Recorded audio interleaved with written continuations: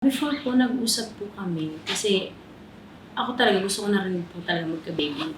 So, ang sabi ko sa kanya, kahit isa lang okay na sa akin. Yung na-experience ko po nung pagbubuntis ko, sobrang hirap.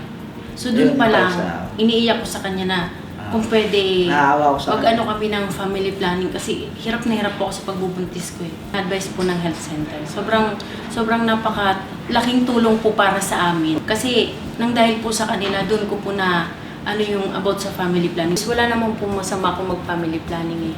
Ang importante po doon is isipin po natin yung ikabubuti ng pamilya natin. Kaya mas okay din talaga yung family planning.